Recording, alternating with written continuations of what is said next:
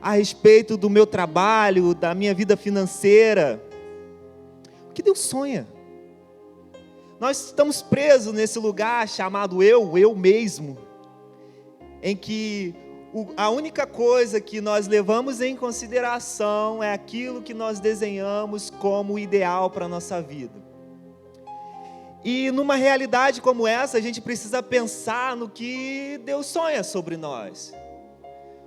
No que Deus sonha sobre a nossa vida.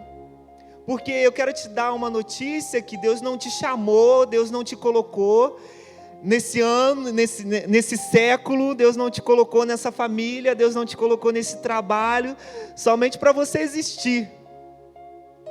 Somente para você ir lá e ganhar dinheiro e crescer e pagar conta e ter estresse. Deus não te chamou somente para você fazer filho e levar a vida. Não. Deus te chamou com um propósito. E quando Deus te fez, quando Deus imaginou você, quando Deus imaginou o Jairo, quando Deus imaginou o Betão, Ele sonhou com você. Ele sonhou com a tua vida. Ele sonhou com a tua história. E por isso que a gente precisa perguntar: quais são os sonhos de Deus para a nossa vida? Quais são os sonhos de Deus para a nossa realidade? E aí, quando indivíduos que descobrem qual é o sonho de Deus para a sua individualidade se juntam, formam uma igreja que sabe o propósito de Deus para o conjunto. Quantos estão entendendo isso? Diga amém. E é nisso que a gente está, é nesse lugar que a gente está hoje. Deus, o que o Senhor sonha com a Sara Friburgo? O que o Senhor tem sonhado com a nossa igreja? E eu quero te dizer que uma das coisas que Deus sonha comigo e com você como igreja é que nós vivamos em novidade. O tema da palavra de hoje é: a igreja que Deus sonha é a igreja que vive em novidade. Como assim, Gustavo, viver em novidade? Viver em novidade significa exatamente viver o novo. Nós estamos num momento ímpar da história, em que nós estamos passando por uma pandemia em nome de Jesus, amém? E muitas pessoas estão ainda esperando que a gente volte ao normal. Só que o normal já não existe mais. Hoje já se fala no novo normal. Por quê? Porque nada vai voltar como era antes. Não se iluda que o mundo não vai voltar a ser como ele era antes. Tudo mudou, porque você mudou, tua concepção mudou, suas emoções mudaram, teu jeito de viver a vida mudou, a igreja mudou e não vai voltar. E nós precisamos nos adaptar para esse lugar chamado novo normal. E nessa história de viver um novo normal, a gente acaba não nos dando a oportunidade de viver esse lugar chamado novidade de vida. Deus nos chamou para que nós vivamos em novidade de vida como igreja. Isso significa deixar as coisas para trás, deixar algumas coisas para trás, deixar algumas pessoas para trás, deixar alguns relacionamentos para trás, deixar alguns sentimentos, alguns pensamentos para trás. Você não vai nunca encostar as suas mãos no novo se antes você não liberar as suas mãos do velho. Ah, Gustavo, mas isso eu já ouvi, eu sei. Mas eu preciso te lembrar disso, porque Deus Ele fez questão de escrever isso para que você se lembrasse. E eu queria compartilhar a palavra de Deus que está lá em Isaías, capítulo 43, versículo 18, do 18 ao 19. Isaías, capítulo 43, versículo 18. Quantos abriram, diga amém. Quantos não abriram, diga, pera aí. Vou te esperando. Enquanto isso, eu queria que você já armasse teu coração de expectativa com aquilo que Deus vai fazer na tua vida hoje, amém?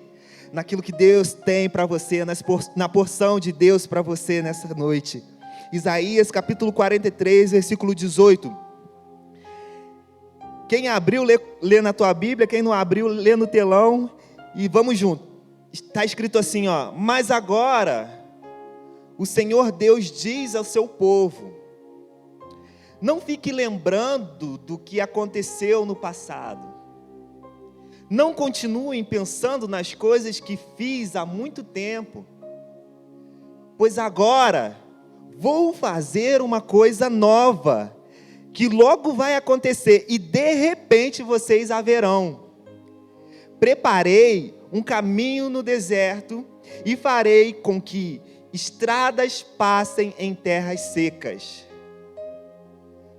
Deus fez questão de falar, de escrever isso, porque Ele sabia que nós precisávamos lembrar todos os dias da nossa vida, para que nós possamos encostar, para que nós possamos alcançar o novo de Deus para a nossa vida, para a nossa família, para a nossa história. Nós precisamos largar a concepção do que é velho. Eu conheço pessoas que vivem acumulando coisas. Quantos já conhecem pessoas assim? Roupas, sapatos, maquiagens, coisas que já nunca mais vão usar, mas elas estão ali guardando. Uma vez eu conversei com uma pessoa, uma mulher, e ela falou assim: não, eu guardo isso aqui, mas você usa? Ela disse: não, porque a moda volta. Eu vou esperar a moda voltar. E a nossa vida é semelhante a esse armário dessa mulher. Você sabia que para a tua vida e para a minha vida existe um fundo? Existe um limite? E que muitas vezes, parecido com um guarda-roupa, para que a gente consiga colocar coisas novas, nós precisamos tirar as roupas velhas, as coisas que já não servem mais.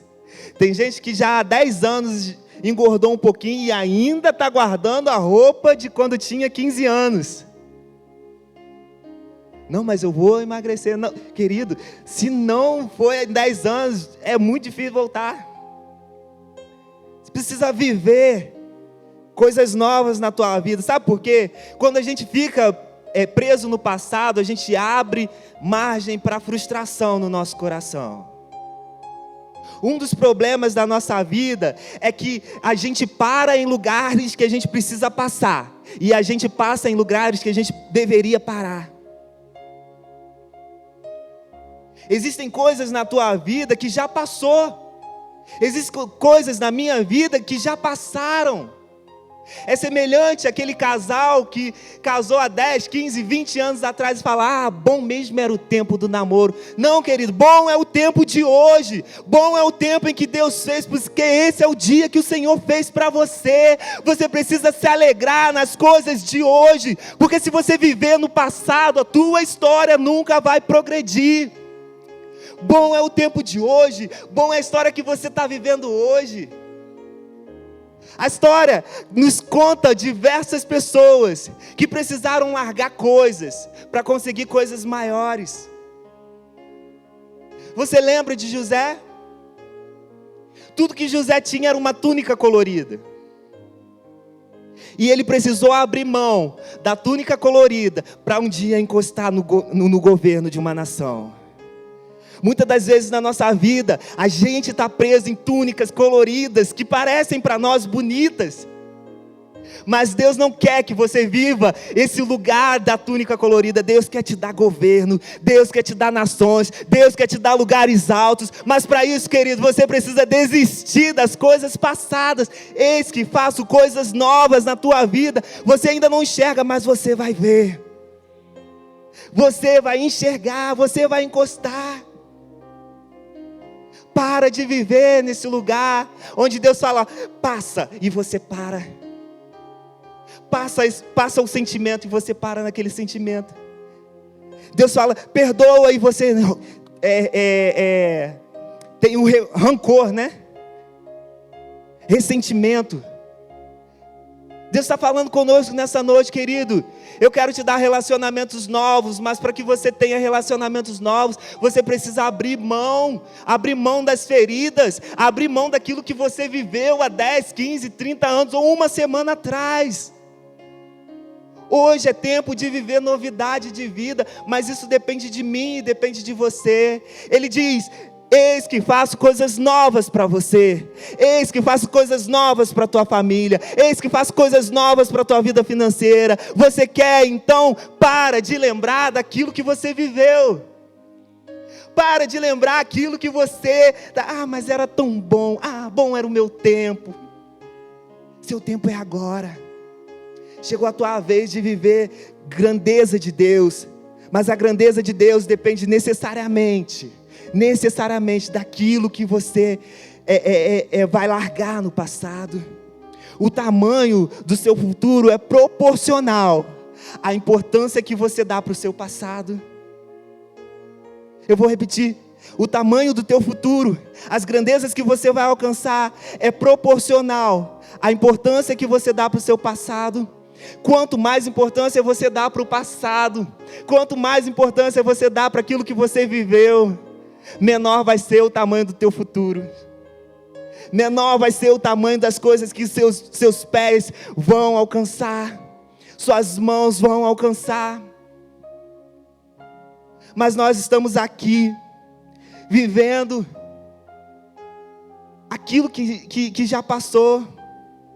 Ontem eu estava conversando com uma pessoa e a pessoa falou assim: olha, eu queria te pedir perdão, porque eu fiz isso. E eu falei: amém, eu recebo teu perdão.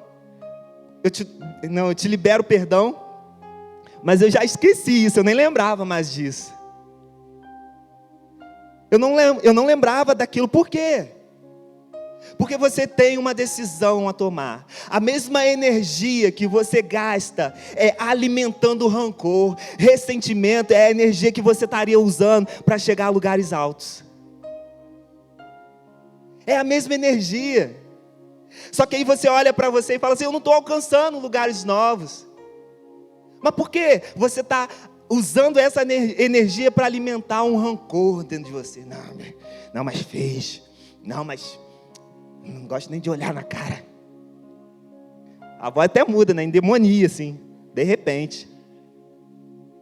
Gente, olha o que Deus está falando para você. Olha o que Deus está falando para mim. Olha o que Deus está falando para essa igreja. Eu quero fazer coisas novas. Eu quero trazer pessoas novas para esses lugares vazios. Mas você precisa desistir de olhar para trás e falar: bom, quando era a época do cavalo preto. Quem era da época do cavalo preto aí? Eita, os saranossauros aparecendo aí. Bom, era aquela época do cavalo preto. A gente fazia isso, fazia aquilo. Bem, você falou, fazia, não faz mais. Nós vamos fazer coisas novas. Essas cadeiras, elas só serão preenchidas quando você desistir de viver aquele tempo. E deixa eu falar uma coisa. Talvez você não é da igreja do cavalo preto, mas você é de outra, veio de outra igreja, né?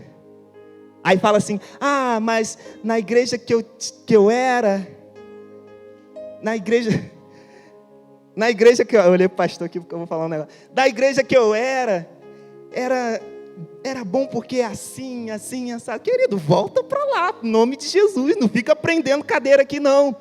Você precisa ser semente. A semente precisa semear no terreno certo. Se tu não é semente para esse lugar, vai ser fruto em outro lugar. Isso é uma coisa muito séria. Tem vezes que a gente prende vidas de pessoas porque a gente acha que tomamos posse delas. Não, mas você fica aqui. Não, mas Deus te plantou aqui. E Deus plantou nada, veio aqui. Achou a cadeira bonita, achou o nosso louvor maravilhoso, ficou. Mas não tem propósito de vida, não está andando junto com a liderança. Talvez seja muito duro para a gente que está aqui há alguns anos, alguns meses, algum tempo. Mas você precisa entender que Deus te planta em terrenos que você dá fruto. Olha para você, quais são os seus frutos? E talvez o motivo de você não frutificar é a raiz tua que está num lugar diferente. Muitas das vezes a gente não prospera na nossa vida porque a gente está com a nossa raiz na nossa família. mas porque na minha família, não sei o quê. Deus está te chamando para viver novidade de vida. Não é porque o casamento na tua família não deu certo que o teu não vai dar. Não é porque na tua família todo mundo era pobre, miserável, que não acontecia nada na tua vida, que isso vai repetir na tua vida. Sabe por quê? Porque o Deus que nos chamou para ser príncipes, herdeiros, co-herdeiros com Cristo, e Ele te chamou para fazer coisas novas. Alessandro está rindo, que eu lembrei da mesma coisa que você, né? Deus te chamou para coisas novas, amém, Alessandro? Em nome de Jesus. Êxodo capítulo 16, versículo 19, diz assim: quem não conseguir, lê no telão para mim, por favor, senão o tempo não dá tempo. Então Moisés lhe disse: ninguém deverá guardar nada para o dia seguinte. Mas alguns não obedeceram a ordem de Moisés e guardaram uma parte daquele alimento. E no dia seguinte, o que tinha sido guardado estava cheio de bichos, cheirava mal. Aí Moisés ficou muito irritado com eles. Sabe o que é isso? Ele está falando do maná. Quantos lembram do maná? Maná é a provisão de Deus para a nossa vida. É aquilo que alimentou Israel durante 40 anos. Mas existia uma regra no maná. Você não poderia deixar aquilo que você ganhou hoje para amanhã. Estão comigo? Diga amém. O maná era algo para te alimentar hoje.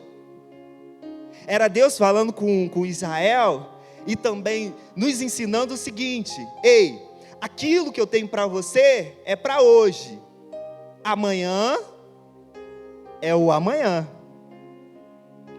E alguns dos israelitas, vendo que estava no deserto, o que eles fizeram? Eles pegaram aquelas sementes e eles guardavam. O maná era uma semente que eles processavam e depois fazia pão.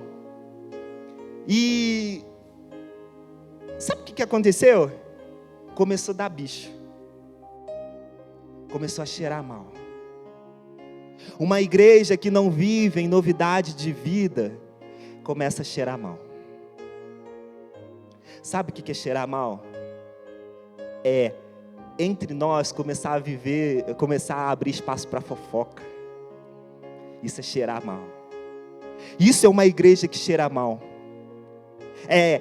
Entre nós começar a haver espaço para o desamor, sabe? Para a indiferença.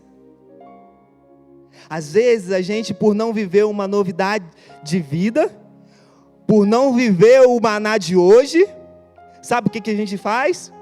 A gente começa a viver uma vida cheia de bicho, cheia de podridão.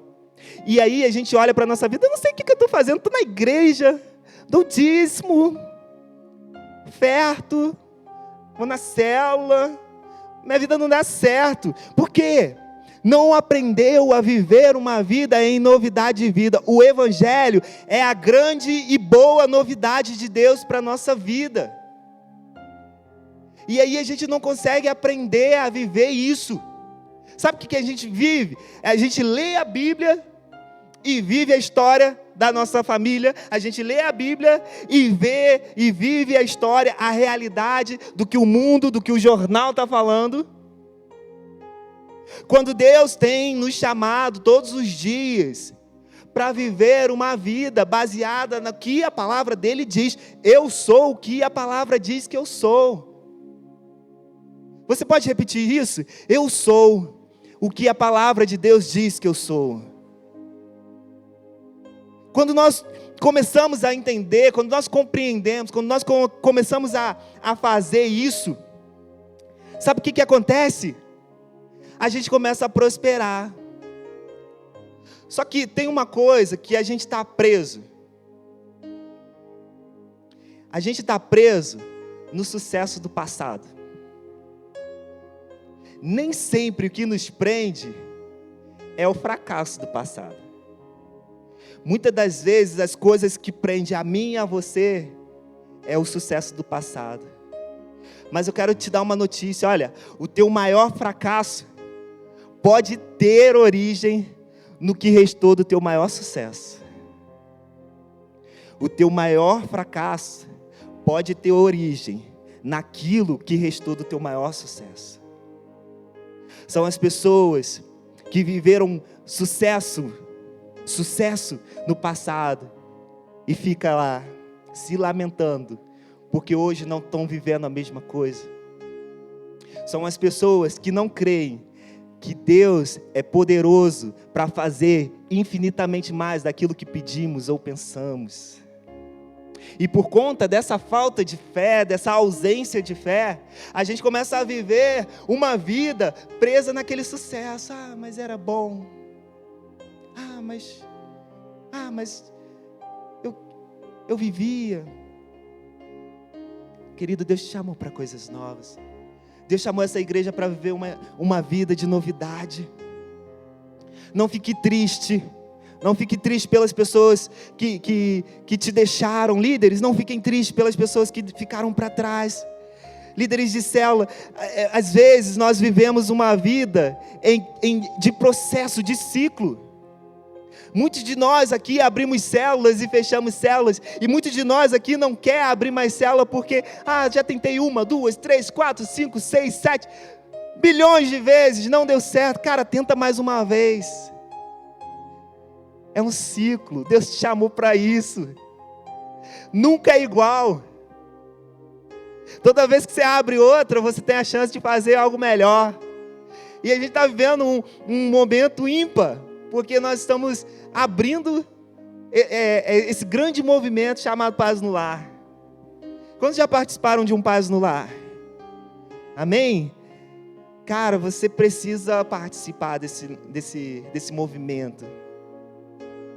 Você precisa participar desse movimento. Não fica preso nesse resto. Não fica preso. Tem gente que sobrevive de pão velho. Eu recebi algo de Deus. E aí a gente para perguntar para ela assim: Mateus, quando foi a última vez que você teve uma experiência com Deus? Aí ele pensa e fala assim: eu tive uma experiência com Deus há 1 ano. Quê? 1 ano? 1 ano? Se você viveu uma experiência com Deus há 1 ano, você está muito atrasado, você está muito preso ao passado, você está vivendo de pão velho. Está vivendo de pão velho, enquanto o que a Bíblia nos oferece, enquanto que a Bíblia nos promete, é que Ele é o pão vivo que desceu do céu. Ele tem novidade de vida para você, Ele tem coisas novas para você, mas isso depende diretamente daquilo que você quer, de como você se posiciona na tua vida. Gênesis capítulo 41, versículo 14, leia comigo pelo telão, diz assim: então o rei mandou chamar José, e foram depressa tirá-lo da cadeia. Ele fez a barba, trocou de roupa, e se apresentou ao rei. José, se você não lembra, é aquele cara da túnica colorida, que foi vendido pelos irmãos, que virou escravo, aquilo tudo, lembra? Vocês lembram disso? Um dia, uma pessoa lembrou de José e falou assim: olha, esse cara, tem um cara lá na cadeia que ele interpreta sonhos. E aí, o rei falou assim: manda ele vir. Sabe o que ele fez antes de ir? Ele fez a barba. Ele trocou de roupa e se apresentou ao rei. Os homens que sabem que a maioria de nós preferimos fazer a barba no domingo ou na segunda. Quem tem barba, né, gente? Porque tem gente que não tem. Porque aí você passa um dia a mais, no final de semana você quer descansar a pele e tudo mais. O pessoal que não pode ter barba por causa do trabalho também, às vezes deixa o final de semana um pouquinho barbudo. Porque do domingo para a segunda é um novo ciclo. Ó. Sabe por que José fez isso? Porque ele entendia que para você alcançar um novo ciclo, você precisa de uma nova posição em Deus. Para que você alcance coisas novas na tua vida, você precisa fazer a barba, vestir roupas novas e se posicionar diferente. O plano de Deus para mim e para você viver novidade de vida depende diretamente da tua posição de fé. Depende diretamente da tua posição de fé. E sabe, você precisa entender que a fé é uma grandeza espiritual. E essa grandeza espiritual, ela consegue tocar o passado, ela consegue tocar o presente, ela consegue tocar o futuro. Ela consegue ir no passado e curar nosso passado. Ela consegue ir no nosso presente e preencher nosso presente. Ela consegue nos projetar para o futuro. Mas isso depende diretamente da tua posição em Deus. Você lembra, agora mesmo a pastora estava falando dessa mulher, que quando Jesus entra naquela casa, o que ela faz? Ela pega o seu vaso de alabastro, derrama nos pés de Jesus, e o que ela faz? Começa a chorar e secar os pés dele. Sabe o que isso quer dizer para mim e para você? Muitos daquela casa, eles estavam de frente para o mesmo Jesus, na mesma casa, ouvindo a mesma palavra, vendo o mesmo ambiente, mas só uma se posicionou diferente. A posição de fé daquela mulher mudou a história da vida dela.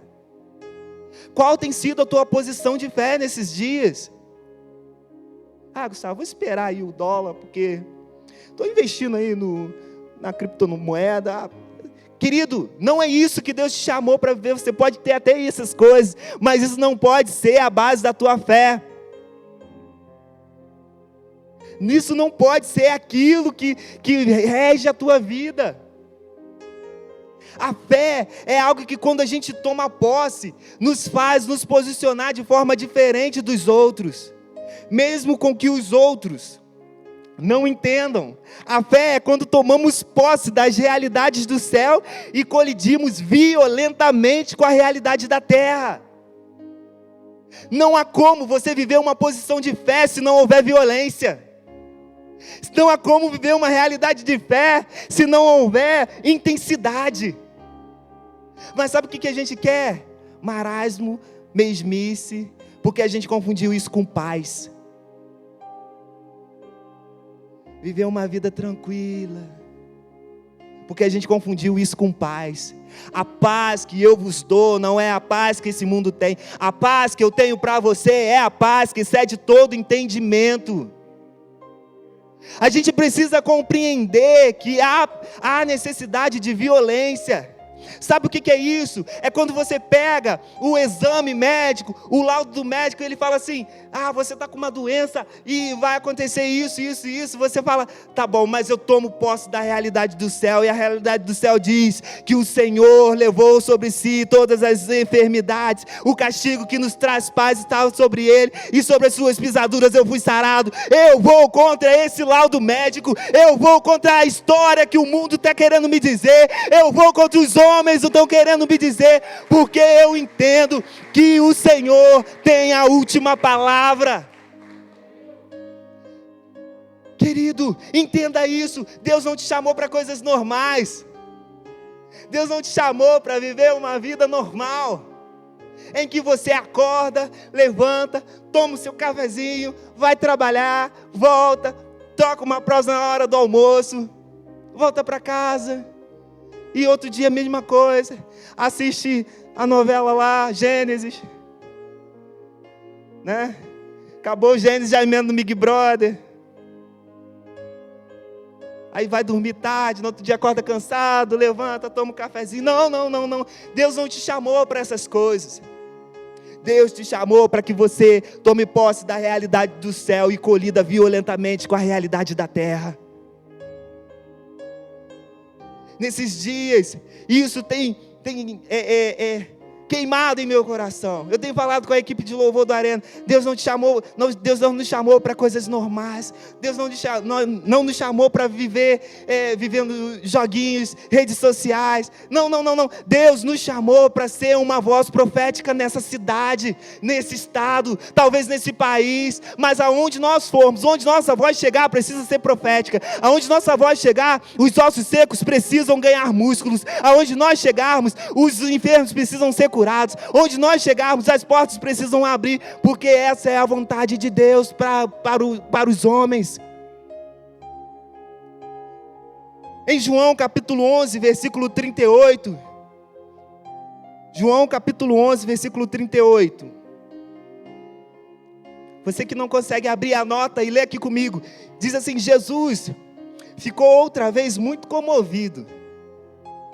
Ele foi até o túmulo, que era uma gruta, com uma pedra colocada na entrada, e ordenou: tire a pedra. Marta, a irmã do morto, disse: Senhor, ele está cheirando mal, pois já faz 4 dias que foi sepultado. Jesus respondeu: eu não lhe disse que se você crer, você verá a revelação do poder glorioso de Deus? Então tiraram a pedra. Jesus olhou para o céu e disse: Pai, eu te agradeço porque me ouviste. Depois de dizer isso, gritou: Lázaro, venha para fora. O morto saiu. Os pés e as suas mãos estavam enfaixados com tiras de pano, e o seu rosto estava enrolado com um pano. Então Jesus disse: desenrolem as faixas e deixam que ele vá. Dentre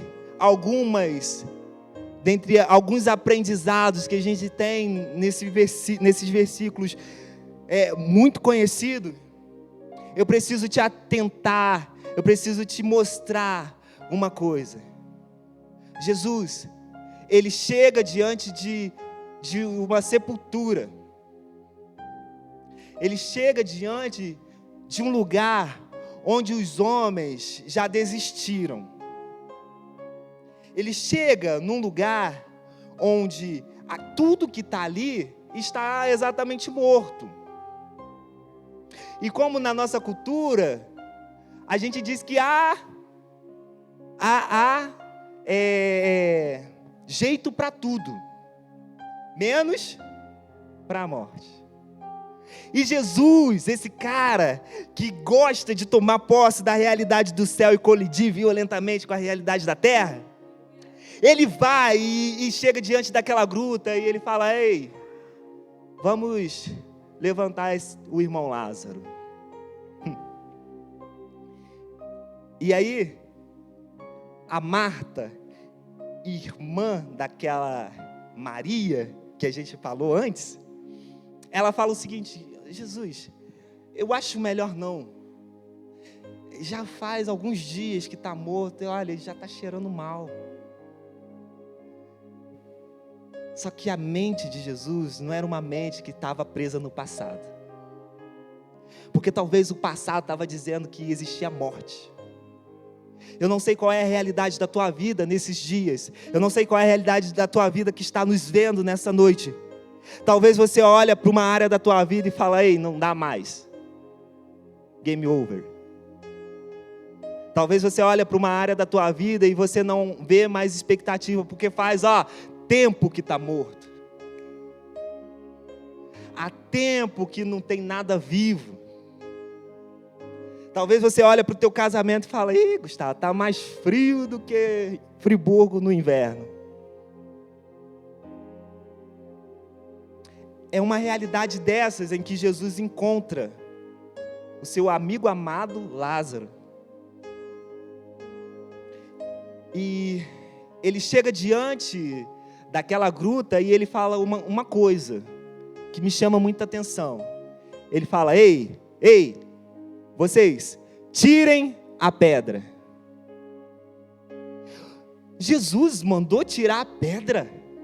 Mas não é esse mesmo Jesus que fala que se nós tivéssemos fé, do tamanho de um grão de mostarda, a gente falaria com a montanha, passa daqui para colar, e isso aconteceria. Esse mesmo Jesus é esse que mandou tirar uma pedra que diante de uma montanha não é nada. Esse mesmo Jesus, porque Ele precisa nos ensinar uma coisa. Ei, eu sou Jesus que levanta mortos, mas eu não tiro pedra que o homem deve tirar. Tem coisas na nossa vida que são nossas, responsabilidade nossa. Tem coisas na nossa vida que é nós quem temos que nos posicionar. Existem pedras nas áreas da tua vida que estão mortas, que não viveu ainda, porque você não tirou pedras, não tirou a pedra, não se posicionou. E Ele está dizendo: ei, eu estou esperando, Jefinho. Ei, Mário, eu estou esperando, hein? Tira essa pedra logo, que eu quero fazer esse Lázaro viver. Tira essa pedra logo, que eu quero fazer tua vida financeira deslanchar. Tira essa pedra logo, que eu quero fazer teu casamento reviver. Tira essa pedra logo, que eu quero fazer a cura chegar na tua casa. Sabe o que você está esperando? Deixa que Jesus tire a pedra. Não, Ele não faz o que é responsabilidade tua. Deus não faz o que é responsabilidade nossa. Ele é especialista em impossível. O possível, Ele te deu condições para fazer. Quantos estão entendendo nisso? Viver a novidade de vida inclui entender que Jesus está no barco. Jesus está no barco. O barco não vai virar, mas quem conduz o barco é você. Quem dirige o barco, quem está com a mão lá no timão, é você. Só que a gente, às vezes, em algumas áreas, em alguns momentos da nossa vida, a gente está muito acomodado. Acomodado. Vivendo uma fantasia que nos diz: ei, Jesus faz tudo. Jesus pode fazer tudo. Mas todo milagre, e toda palavra eu falo isso, todo milagre é consequência de uma parceria entre o homem e Deus. Qual a tua parte no teu milagre que você não fez ainda? Qual a tua pedra que você não tirou? Hoje é tempo de remover as pedras na tua vida. Hoje é tempo de remover as pedras na tua família. Hoje é tempo de remover as pedras na tua vida financeira. Hoje é tempo de remover as pedras do passado na tua vida. Mas para isso você precisa se posicionar. Ei, tomo posse da realidade do céu e colhido violentamente contra a realidade da terra. Eu queria que você se colocasse de pé, convidar os músicos para subir. Nós queremos ministrar com você. Não se distraia, não se distraia. Não deixe com que esse ambiente fuja. Existe um ambiente de fé na nossa vida hoje. Você que está em casa, nós declaramos que esse mesmo ambiente que nós estamos vivendo aqui vai invadir tua sala, vai invadir teu quarto, vai invadir aonde quer que você esteja. E o Senhor vai fazer você alcançar milagres na tua vida. Feche seus olhos. Feche seus olhos, feche seus olhos. Comece a refletir sobre o que nós conversamos nessa noite. Oh Deus, em nome de Jesus, nós te damos liberdade. Espírito Santo, Espírito Santo, Espírito Santo de Deus, Espírito Santo de Deus. Tu és aquele que sonda corações. Tu és aquele que visita, Tu és aquele que esquadrinha os nossos corações. Oh Jesus, vem sobre a nossa vida. Nos visita e nos mostra, Senhor, nos mostra a realidade do céu, nos mostra a realidade do céu, tomando posse da nossa vida agora, nos mostra a realidade do céu, Senhor, invadindo agora os ambientes mais escuros da nossa vida. Senhor, traz luz, Senhor, traz luz às nossas emoções. Toma o teu lugar, toma o teu lugar.